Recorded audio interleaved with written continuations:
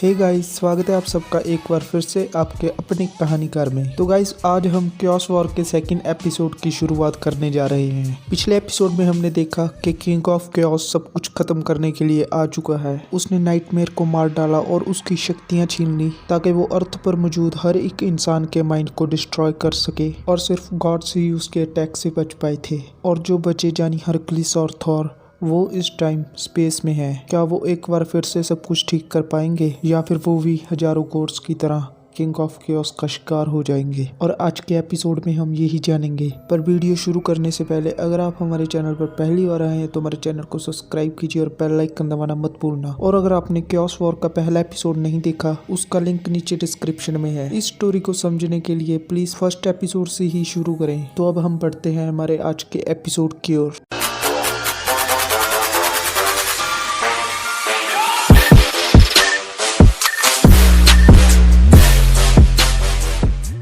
अ fate worse than dying. Guys, ये scene earth के heroes के ऊपर अटैक करने से पहले का है। नाइटमेयर को मारने के बाद अब किंग ऑफ क्योस हेल पर हमला कर चुका है। वो कह रहा था कि कितने आश्चर्य की बात है ना कि मौत के देवता खुद मरना नहीं चाहते। तो गाइस, सैटर्न कहता है, मैंने भी तुम्हारी तरह अपने टाइम में बहुत कुछ हासिल करना चाहा है मिकाबोशी, लेकिन हर एक चीज का एक नियम होता है, पुराने नियम जिनका हमने आज तक पालन किया है। तो गाइस, ये सुनकर किंग ऑफ क्योस कहता है, पुराने नियम अब खत्म हो चुके हैं, गॉड्स के बीच का समझौता अब खत्म होता है, और तुम्हारी पावर भी अब खत्म हो चुकी है। मेरे रास्ते से हट जाओ सैटर्न, अच्छाई बुराई अब कुछ नहीं रहा, यू आर ऑब्सोलेट। और गाइस, तब सैटर्न ने कहा, बहुत साल पहले ये थ्रोन मैंने अपना प्राइड पर बनाया था और मैं किसी के सामने नहीं झुकता। हम सब अपना एक किरदार निभाते आए हैं मिकाबोशी, तुम और मैं हम अलग नहीं हैं, हम दोनों ही अपनी अपनी दुनिया के विलन हैं। और गाइस, तब क्योस किंग कहता है, मैं तुम्हारे जैसा नहीं हूँ, तुमने बुराई को चुना है और मैंने नथिंगनेस को। और हेल के सभी लोग दर्द से चिल्ला रहे हैं, क्या तुम्हें सुनाई नहीं देता सैटर्न? बताओ मुझे, तुमने आज तक इन लोगों को शांति क्यों नहीं नसीब होने दी?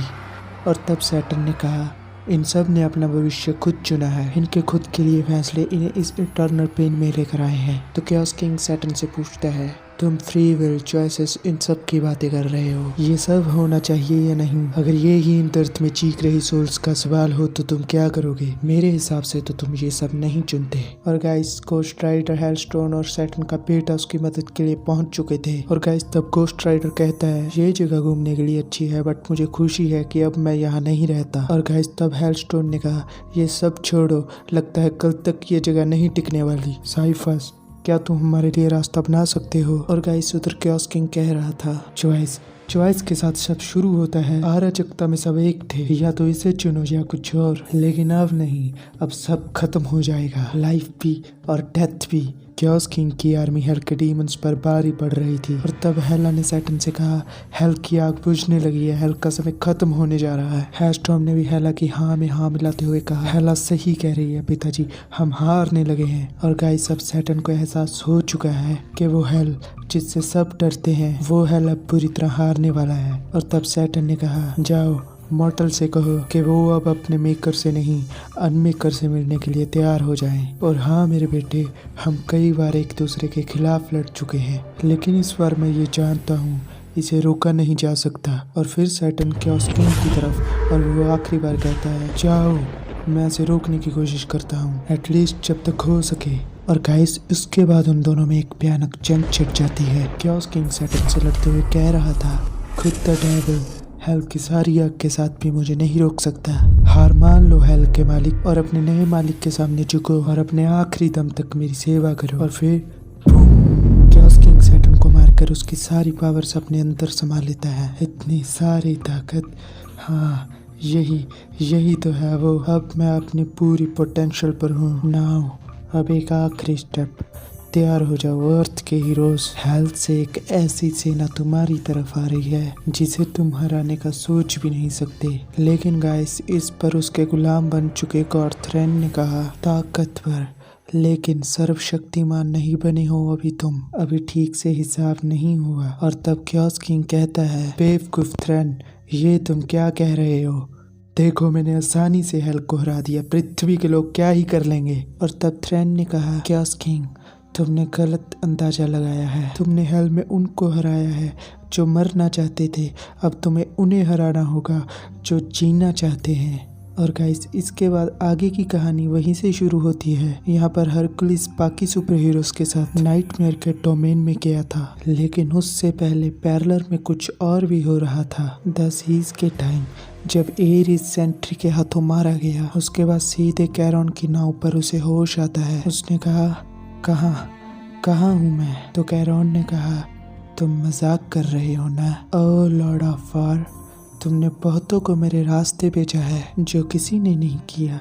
तुम मुझे कैसे भूल सकते हो? तो एरिस ने कहा, ओह कैरॉन, कितना बेवकूफ़ हूँ मैं। एक मोर्टल ने मुझे मार डाला और अब नरक में जाने वाला हूँ मैंने एक युद्ध के लिए अपना सब कुछ खो दिया। मुझे इससे पहले समझ जाना चाहिए था, और अब मैं अपने बेटे अलेक्जेंडर को कभी नहीं देख सकता। वो क्या सोचेगा मेरे बारे में? कैरॉन, किस हेल में जा रहा हूँ मैं? और इसके जवाब में कैरॉन ने कहा, death bringer, god of war, blood एक्सवर्ड, आप अनेकों नामों से जाने जाते हैं, बट आप हेल नहीं जा रहे हैं। आपने मॉर्टल्स के साथ लड़ते हुए अपनी जान दी, इसीलिए आपको गॉड्स की सबसे ऑनरेबल जगह पर भेजा गया है। और अब एरिस और कैरॉन एल्सियन फील्ड्स के सामने पहुंच चुके थे, पर प्लूटो यानी कि हेडिस, जो कि एरिस का अंकल है, उसने उनका रास्ता रोक लिया। ओह, तो सर्वनाश खुद चलकर यहाँ पर आया था, गॉड ऑफ वॉर। और वो गुस्से में कहता है, एरिस, क्या तुम इतने नासमझ हो कि तुमने ये सोच लिया कि मैं हेडिस, द रूलर ऑफ आफ्टरवर्ल्ड, तुम्हारा दुश्मन, तुम्हें आसानी से एल्शियन फील्ड पार कर हमेशा के लिए खुश रहने दूंगा। उससे पहले मैं हेवंस को तबाह न कर दूं, मैं सारे नियमों को तोड़ दूंगा सिर्फ तुम्हें हेल मिल जाने के लिए और सर्बरस का पालतू कुत्ता बनाने के लिए। और एरिस ने अपना हेलमेट पहनकर अपनी एक्स हाथ में लेकर कहा, मैंने तुम्हें पहले भी धूल चटाई है गुफा में रहने वाले, और ये मैं दोबारा भी कर सकता हूँ। लेकिन गाइस, ऐसा कुछ नहीं हुआ। एरिस हेडिस के डीमंस के सामने कुछ नहीं था। और तब हेडिस एरिस को अपने पैर के नीचे दबाते हुए कहता है, मैं तुम्हें हेल की सबसे नीचे वाली जगह में भेज रहा हूँ। वहाँ की पतली हवा से तुम्हारी माफी की चीखें मेरे कान में कभी नहीं पहुँचेंगी। और तब हेडिस ने द गॉड ऑफ वॉर को हेल में भेज दिया। यहाँ पर एरिस को सबसे पहले अपने बेटे की लाश नजर आई, और तब कई दिनों के चलने के बाद उसे महसूस हुआ कि वो ये सब कुछ पहले भी कर चुका है। कितनी बार अपने अंकल के मिनियंस से भागने की कोशिश, लेकिन कोई फर्क नहीं पड़ता। लेकिन वो हार नहीं सकता,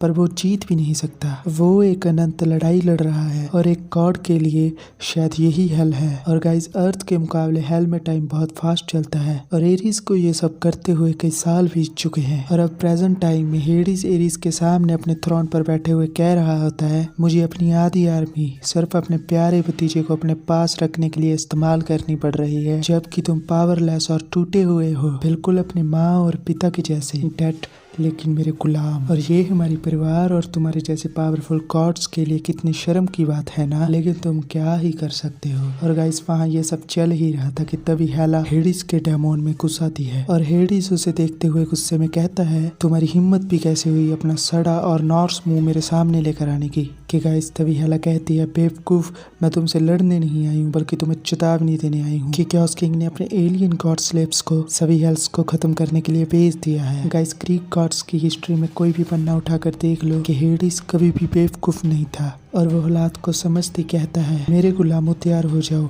और वो सभी लोग जो मर चुके हैं यहाँ पर कैद हैं, अगर वो मेरे लिए लड़ते हैं तो उन्हें आजाद कर दिया जाएगा। और गाइस, ह्यूज भी मरने के बाद यहीं पर कैद था, और उसने एरिस से कहा, क्या तुमने सुना तुम्हारे अंकल ने क्या कहा? तैयार हो जाओ और इस लड़ाई को लीड करो मेरे बेटे। लेकिन गाइस, एरिस का माइंड और हार्ट खुद से ही लड़ रहा था। उसे समझ नहीं आ रहा था कि वो अपने अंकल का साथ थे या फिर कैओस किंग का। और फिर उसे याद आता है कि वो कौन है, वो द गॉड ऑफ वॉर है, और जब उसे लड़ने का मौका मिल ही रहा है तो फिर पीछे क्यों हटना। और फिर एरिस हेल की आर्मी और सब मरे हुए लोगों के साथ कैओस किंग के खिलाफ खड़ा हो जाता है। और गाइस, एरिस पहले भी द कैओस ऑफ वॉर से लड़ चुका है और उसे मार भी चुका है, लेकिन इस बार द कैओस किंग बहुत ताकतवर था, और उसने आते ही ज़्यूस को मार डाला और बाकी के गॉड्स हेला लाइक और उसकी आर्मी को अपने कंट्रोल में कर लिया। और गाइस, एरिस भी उससे लड़ते लड़ते आखिर में हार जाता है, पहले अपने माइंड और हार्ट से मुकाबला, और अब ये गॉड ऑफ वॉर सबसे ताकतवर सभी हेल्स की आर्मी का लीडर था। और गाइस, अब सारी हेल्स खत्म हो चुकी हैं, यानी कि अगर कोई मरेगा भी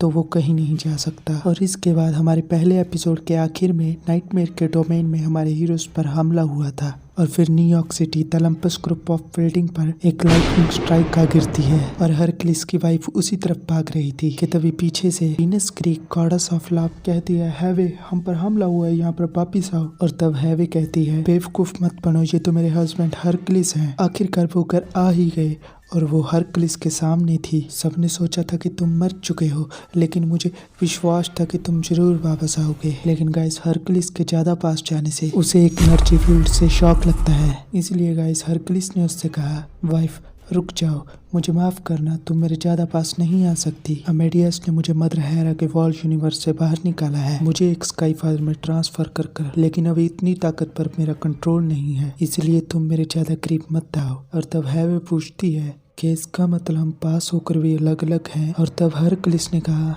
हाँ शायद अभी के लिए तो यही सच है। और फिर वो हेवे को बाकियों के पास ले जाता है। अमेडियस डेल्फाइन को अपने हाथों में लेकर बोल रहा था, डेल्फाइन उठो, क्या तुम मुझे सुन सकती हो? हेवे को इस सब के बारे में कुछ नहीं पता था और वो कहती है, ज्यूस की कसम, थॉर, अमेडियस क्या तुम मुझे बताओगे कि ये सब क्या हुआ है? और तब थॉर ने कहा, क्योस किंग ने नाइटमेयर को मार डाला और उसकी सारी ताकत छीन ली और उसकी पावर के जरिए उसने सबको कोमा में डाल दिया और सिर्फ वही बच पाया जिसके पास मोर्टल माइंड नहीं था, जैसे कि गॉड्स, हरक्लिस, वीनस, मैं और तुम। और तब हैवे कहती है, अमेडियस तुम? तो अमेडियस कहता है, नहीं मैं कोई मोर्टल नहीं, पर मुझे एथेना ने प्रिंस ऑफ पावर चुना था, लगता है उसकी ब्लेसिंग ने मुझे बचा लिया। तो हैवे कहती है, लेकिन डेल्फाइन नहीं बच पाई। तो अमेडियस कहता है, मैं कितना बेवकूफ हूँ, मुझे पहले समझ जाना चाहिए था, मुझे सबको बचाने का कोई ना कोई तरीका तो ढूंढना चाहिए था। और तब अमेडियस को ऐसी हालत में देखकर वीनस कहती है, संभालो अपने आप को अमेडियस, हैवे गॉड्स की हीलर है, अगर सबको बचाने का ऐसा कोई तरीका है तो वो जरूर उसे ढूंढेगी। और ये सुनते ही अमेडियस ने कहा, जरा रुको हरक्लिस, मैंने तुम्हें ऑल फादर की शक्तियाँ दी हैं, क्यों ना तुम एक बस चुटकी बजाओ या कुछ और करो कि ये सब कुछ ठीक हो जाए। तो हरक्लिस ने जवाब दिया, अगर ऐसा कुछ होता तो मैं जरूर करता लड़के, मैं तो ये तक नहीं सोच पाया कि अपनी वाइफ को गले कैसे लगाऊं। क्या तुम मुझे डेल्फाइन पर कोशिश करने दोगे? नहीं ना, तो फिर हैवे और वीनस को इन्हें संभालने दो, हमें आने वाली वॉर के लिए अपनी शक्तियों को बचाना होगा। कि गाइस तभी हम ऊपर आसमान में देखते हैं एक एरोप्लेन टर्बुलेंस का शिकार हो चुका था और कैप्टन कह रहे थे, लेडीज एंड जेंटलमैन, मैं आपका कैप्टन बोल रहा हूँ, हम टर्बुलेंस में फंसे हुए हैं, कृपया अपनी सीटों पर बैठे रहें। कि गाइस कैप्टन अपनी बात पूरी भी नहीं कर पाए थे कि तभी सभी के सभी लोग बेहोश हो जाते हैं और थॉर इस गिरते हुए प्लेन को देख रहा था और उसने कहा, ना आज नहीं, और उसने उस गिरते हुए प्लेन को पकड़ लिया। कि तभी वो अपने पीछे एक और प्लेन को गिरते हुए देखता है। दरअसल गाइस अर्थ पर जितने भी इंसान थे वो सब जिस हालत में थे उसी हालत में बेहोश हो चुके थे। और तब अमेडियस अपने हाथ में पकड़े हुए डिवाइस को देखकर कहने लगा, क्योस किंग दुनिया की सभी जगह में लोगों को गहरी नींद में डाल रहा है, कम से कम 32,000 लोग मरने वाले हैं, अब और टाइम नहीं है। और इस पर हरक्लिस हंसते हुए जवाब देता है, कमान लड़के, तुम खुद क्रोनस के पोते से बात कर रहे हो और ये फादर टाइम है। और गाइस ये कहकर हरक्लिस अर्थ पर सभी चीजों को रोक देता है जहाँ पर भी वो थी, यानी अब उन सब के लिए टाइम रुक चुका था जो मरने वाले थे। और ये देखकर थॉर ने कहा, वेट, ये सब बीच हवा में कैसे रुक गया? और उधर अमेडियस हरक्लिस से कहता है, वाओ, तुम सच में अब एक सुपर गॉड बन चुके हो। और गाइस ये एपिसोड यहीं पर खत्म होता है। अगर आप इस वीडियो को काफी टाइम बाद देख रहे हो तो नेक्स्ट एपिसोड का लिंक डिस्क्रिप्शन में है। और कॉमिक स्टोरीज देखने के लिए हमारे चैनल को सब्सक्राइब कीजिए और बेल आइकन दबाना मत भूलना ताकि हर नई वीडियो की नोटिफिकेशन आपको मिलती रहे। और अगर आप अपनी कोई फेवरेट कॉमिक स्टोरी देखना चाहते हो तो प्लीज हमें कमेंट कर बताएं और फिर मिलेंगे नेक्स्ट वीडियो के साथ। Thank you.